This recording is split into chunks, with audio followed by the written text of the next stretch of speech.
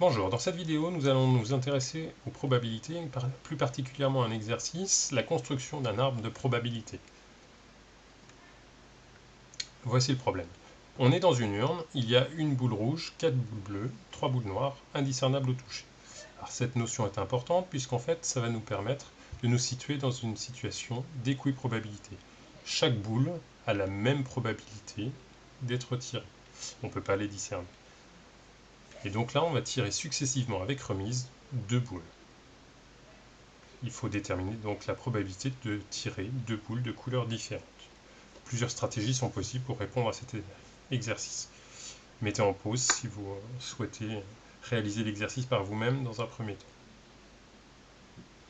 Alors, la technique. Donc du coup, ce que je vous propose, c'est d'utiliser un arbre. Donc un arbre de probabilité, c'est une manière de présenter les résultats.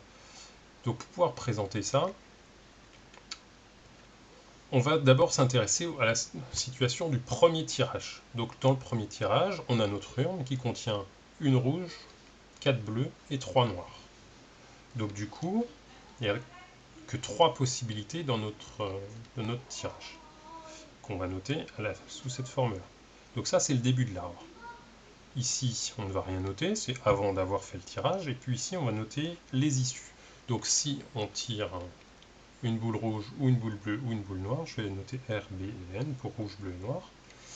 Alors, quelle est la probabilité de tirer une boule rouge? Bien, on est dans une situation d'équiprobabilité. Il y a une seule boule rouge parmi 1 plus 4 plus 3 parmi 8. Donc la probabilité de tirer une boule rouge, c'est une chance sur 8, ce qu'on notera sur le segment ici. Même principe pour la boule bleue. 4 chances sur 8. Et pour la boule noire, 3 chances sur 8. Bien, maintenant que nous avons fait notre premier tirage, et bien en fait on va s'intéresser au deuxième. Donc le second, en fait, il viendra se placer après sur la droite. Donc le premier tirage sera ici et le deuxième tirage sera ici. Donc du coup on a 3 cas de figure. Si on a tiré une première boule rouge, bien en fait on pourra toujours tirer une autre boule rouge, puisqu'en fait on remet ces boules à l'intérieur de l'une et on recommence le travail. Donc du coup, il y aura exactement les mêmes chances de retirer une boule rouge, de retirer une boule bleue, de retirer une boule noire. Alors on va le voir présenté sur la feuille d'après. Donc j'ai mis des couleurs ici pour que ce soit plus discernable. Donc imaginons qu'on a tiré une boule rouge. Eh bien, avec le deuxième tirage, on reproduit celui-ci à l'identique ici. Ce qui va être le cas aussi si on a d'abord tiré une boule bleue. Donc on aura toujours une chance sur 8 de tirer une boule rouge en second, 4 chances sur 8 de tirer une boule bleue en seconde boule, et 3 chances sur 8 de tirer une boule noire en seconde boule. Et même principe ici en bas. Alors pourquoi on le présente comme ça? C'est parce qu'en fait en suivant les branches, rouge puis rouge, ça va nous donner nos issues. Première issue, c'est rouge et rouge. Seconde issue, rouge puis bleu. Troisième issue, rouge puis noir. Vous allez les voir, ils vont être présentés ici. Donc rouge puis rouge. Alors du coup j'ai laissé les couleurs pour que vous voyez bien la distinction.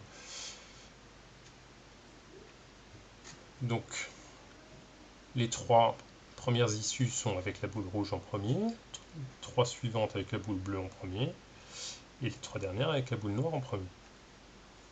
Parfait. Et maintenant, ce qui nous intéresse, c'est évidemment d'avoir les probabilités. Alors comment est-ce qu'elles se calculent? Eh bien en fait, on suit les branches, ici et ici, et vous voyez en fait qu'on a des probabilités qui sont apparues. Donc on a une chance sur 8 de tirer la boule rouge, et une chance sur 8 de retirer la boule rouge. Donc une chance sur 8 et une chance sur 8, en fait on va les multiplier. Donc une chance sur 8 fois une chance sur 8, ça va donner une chance sur 64 d'avoir 2 boules rouges. Donc on va les présenter ici. La seconde, pour avoir une boule rouge puis une boule bleue, on va suivre toujours la branche en partant du départ. Donc une chance sur 8 multiplié par 4 chances sur 8 pour avoir la boule bleue. Donc du coup 4 chances sur 64 d'avoir rouge puis bleu. La suivante, une chance sur 8 fois 3 chances sur 8. Donc on multiplie les numérateurs entre eux, on multiplie les dénominateurs entre eux, hein, pour rappeler la technique avec les fractions. Donc on tombe sur 3 chances sur 64, etc. Et donc du coup, systématiquement, dans des arbres de probabilité, on va suivre les branches et multiplier les probabilités pour obtenir les valeurs. Un peu dans le désordre. Donc 4 chances sur 64 pour celui-ci, hein, 4 sur 8 fois 1 sur 8, ça donne 4 sur 8 fois 8, 64, donc 4 sur 64. Ensuite, 4 sur 8 fois 4 sur 8, 16 sur 64. 4 sur 8 fois 3 sur 8, 12 sur 64, etc. Et voilà, donc vous avez toutes vos probabilités. Donc, une chance sur 64 d'avoir rouge puis rouge, 4 chances sur 64 d'avoir rouge puis bleu, etc. Alors maintenant, revenons au problème. Nous cherchons la probabilité de tirer deux boules de couleurs différentes. Donc deux boules de couleurs différentes, ça veut dire rouge et pas rouge. Rouge donc et bleu, rouge et noir, ou bleu et rouge, bleu et noir, etc. Donc du coup, toutes les issues qui sont favorables, ce sont celles qui sont notées ici. Donc là, il va falloir trouver leur probabilité. Et donc comme ce sont des issues, elles sont incompatibles, c'est-à-dire qu'on ne peut pas avoir en même temps rouge-bleu et rouge et noir. Ce sont deux événements ou deux issues qui sont différentes. Et donc du coup, on peut additionner les probabilités. Donc il va falloir additionner la probabilité de rouge et bleu, la probabilité de l'issue rouge et noir, la probabilité de l'issue bleu et rouge, etc. Donc ça va se noter de cette manière. Et c'est bien parce que les issues sont incompatibles. Et c'est là où la notion d'incompatibilité que nous avions vue dans le cours devient importante. Et donc après, il s'agit simplement d'additionner les fractions. Alors tout à l'heure, dans l'arbre de probabilité, je n'avais pas simplifié dans cette optique-là, parce qu'en fait, je savais qu'à un moment donné, j'allais devoir les additionner. Donc on aurait pu les simplifier, 4 sur 64, évidemment que ça se simplifie. Mais on va faire la simplification à la fin de notre calcul ici. Donc du coup, une fois que nos fractions sont au même dénominateur, il s'agit simplement d'additionner les numérateurs. Donc 4 plus 3 plus 4 plus 12 plus 3 plus 12, le tout sur 64.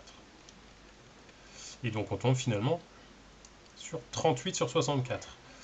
Alors la question à se poser à la fin, quand on a obtenu notre valeur, c'est toujours est-ce que c'est une valeur possible?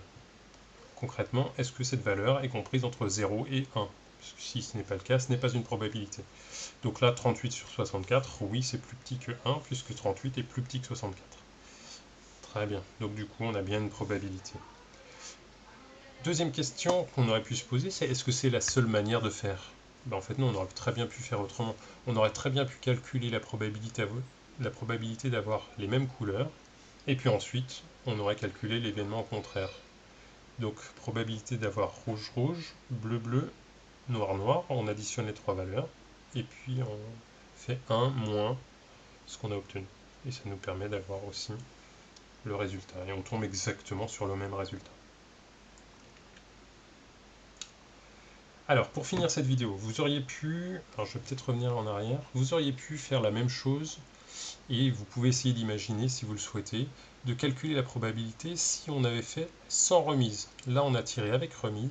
Si vous le faites sans remise, vous allez voir que ça complique un peu les choses, dans le sens où les probabilités du deuxième tirage vont être différentes, puisqu'en fait, dans l'urne, il n'y aura plus 8 boules, il y en aura 7, puisqu'il y en aura une qui aura été enlevée. Donc ça, c'est un petit exercice supplémentaire si vous le souhaitez. Et j'y répondrai dans une autre vidéo. Et c'est donc la fin de cette vidéo.